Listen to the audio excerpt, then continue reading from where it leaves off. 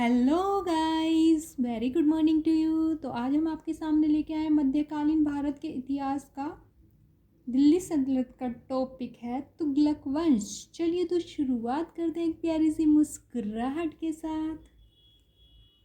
अलाउद्दीन खिलजी का वह सेनाध्यक्ष जो तुगलक वंश का संस्थापक में प्रथम सुल्तान बना, गाजी मलिक गियासुद्दीन तुगलक भी बोलते हैं इनको। कृषि को समुन्नत करने के लिए नहर खुदवाने के संदर्भ में 13वीं शताब्दी का पहला शासक होने का श्रेय दिया जाता है गियासुद्दीन तुगलक को। खिलजी वंश, लोधी वंश, दास वंश और तुगलक वंश में सर्वाधिक समय तक देश में राज्य किया। तुगलक वंश ने दिल्ली सल्तनत का सर्वाधिक विद्वान शासक जो खगोलशास्त्र, गणित एवं आयुर्विज्ञान सहित अनेक विद्याओं में माहिर था, मोहम्मद बिन तुगलक।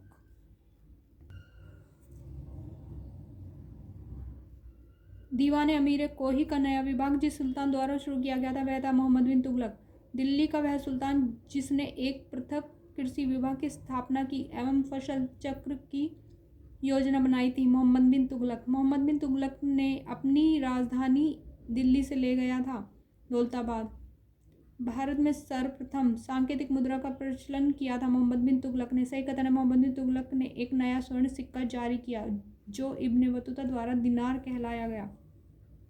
मोहम्मद तुगलक की प्रतीक मुद्रा योजना असफल सिद्ध हुई। मुद्रा निर्गमन पर उचित नियंत्रण नहीं था, इसलिए वह असफल हो गई थी। मूर देश मोरक्को अफ्रीका का यात्री इब्ने बतूता भारत आया मोहम्मद बिन तुगलक के शासनकाल में। सल्तनत काल में डाक व्यवस्था का विस्तृत विवरण दिया है इब्ने बतूता ने। होली त्योहार के सार्वजनिक उत्सव में भाग लेने वाला दिल्ली का प्रथम सुल्तान था मोहम्मद बिन तुगलक। वह शासक जिसकी मृत्यु पर इतिहासकार बदायूं ने कहा था कि सुल्तान को अपनी प्रजा से और प्रजा को सुल्तान से मुक्ति मिल गई, मोहम्मद बिन तुगलक ही था वो। दिल्ली का वह सुल्तान जिसने बेरोजगारों के सहायतार्थ रोजगार कार्यालय की स्थापना की थी, फिरोज शाह तुगलक। दिल्ली का सुल्तान जो दान दक्षिणा के बारे में काफ़ी ध्यान रखता था और इसके लिए एक विभाग दीवाने खैरात स्थापित किया, फिरोज शाह तुगलक। वह सुल्तान जिसके दरबार में सबसे अधिक गुलाम थे, फिरोज शाह तुगलक। और इन गुलामों की वजह से ये डूब गया था बेचारा। सही कथन है। फिरोज शाह तुगलक ने गुलामों का एक विभाग दीवाने बंदगान स्थापित किया। मोहम्मद बिन तुगलक के बाद दिल्ली की गद्दी पर बैठा था फिरोज तुगलक। फिरोज तुगलक या फिरोज शाह तुगलक भी बोलते हैं इनको। गुलामों का एक अलग विभाग स्थापित किया फिरोज शाह तुगलक ने। सर्वप्रथम लोक निर्माण विभाग की स्थापना की थी फिरोज शाह तुगलक ने। दिल्ली का वह सुल्तान जो भारत में नहरों के सबसे बड़े जाल का निर्माण करने के लिए प्रसिद्ध था, फिरोज शाह तुगलक।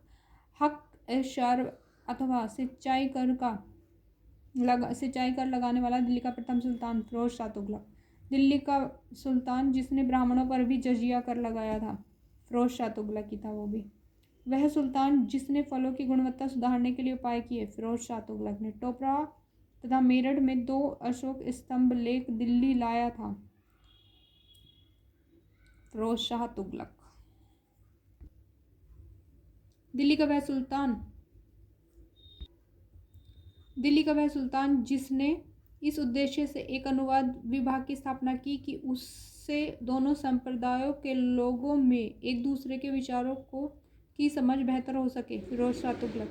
राज्य के खर्च पर हज की व्यवस्था करने वाला पहला भारतीय शासक, फिरोज शाह तुगलक। फिरोज तुगलक द्वारा स्थापित दारुल शफा था एक खैराती अस्पताल। दिल्ली सल्तनत के तुगलक राजवंश का अंतिम शासक था नासिरुद्दीन महमूद। वह शासक जिसके शासनकाल में तैमूर ने भारत पर आक्रमण किया, Nasiruddin Mahmud. It's very important question.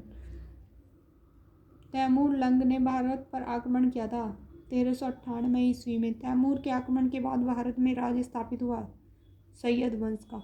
Okay guys, तो यहाँ पे तुगलक वंश समाप्त होता है। बाय।